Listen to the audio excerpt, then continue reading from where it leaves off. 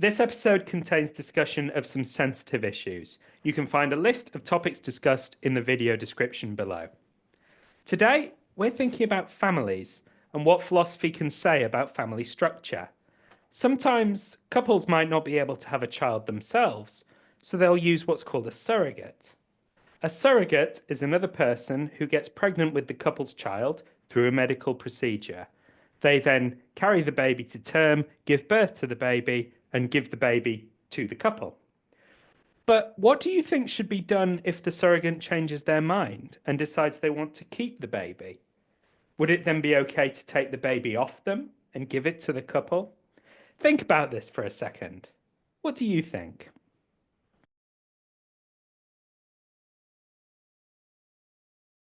Today, I've got Herjeet Marway here to talk to me.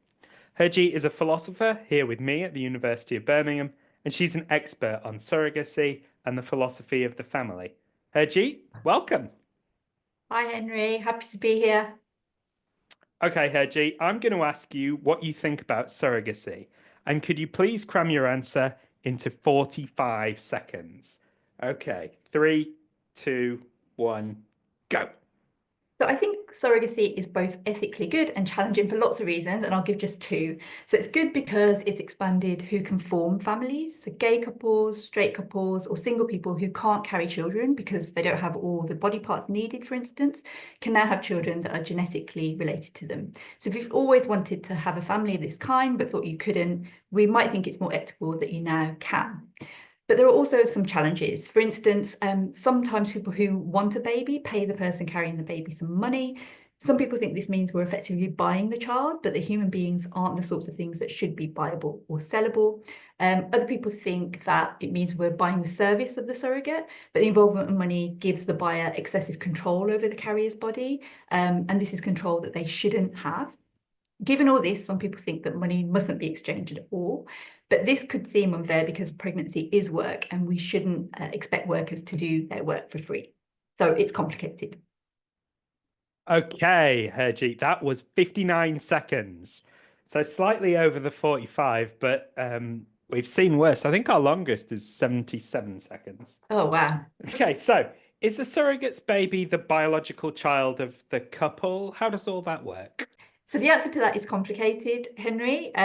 For instance, if the intended parents, the people who are going to keep the baby, use their own genetic material, i.e. their egg and sperm, then we might think of that as the biological child of those intended parents. But now look at the actual pregnancy itself. So in that case, where you've got the genes of the intended parents in the surrogate is actually putting in the rest of the work to grow that human being, that baby. So it's all of their biological processes that are involved in gestating the child. So you might think that the process of pregnancy is just as biological as the genetic material that contributes to the child that results. So the biology is actually much more complicated than it initially looks. Yeah. Let's turn a bit to the ethical issues around surrogacy.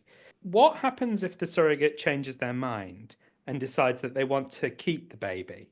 Should they be allowed to, or should the baby be taken off them? What do you think should happen then? Well, we might think that surrogacy is like a straightforward contract. So it might be like A promising to paint B's house, which means that all things being equal, A should keep their promise to paint the house. And likewise, because the surrogates agreed at the outset not to keep the child, even if she changes her mind, she shouldn't be allowed to because she's entered into that rational agreement about it. But others think that actually surrogacy isn't quite like that ordinary contract.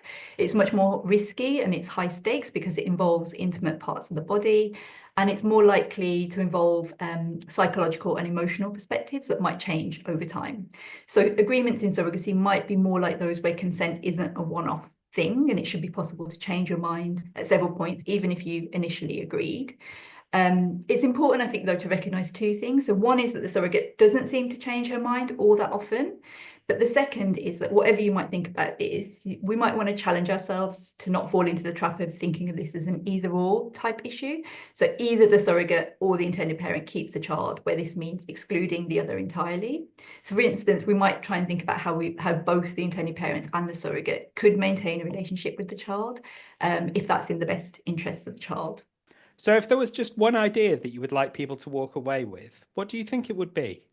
A lot of the discussion about surrogacy stems from an assumption about having a family and about having a particular kind of family is best because that's kind of what's natural. But we might also want to stand back and question these assumptions. So does a family only mean people who are genetically related to you? Or could you have a family that isn't genetically related and love and care for them the same? And why do we think that the family is the only way to realise our emotional and care needs? Could we realise these needs in other ways too? So I'd expand it out even more and ask people to think about those things too. That's great. Awesome. Well, thanks everybody, and keep thinking.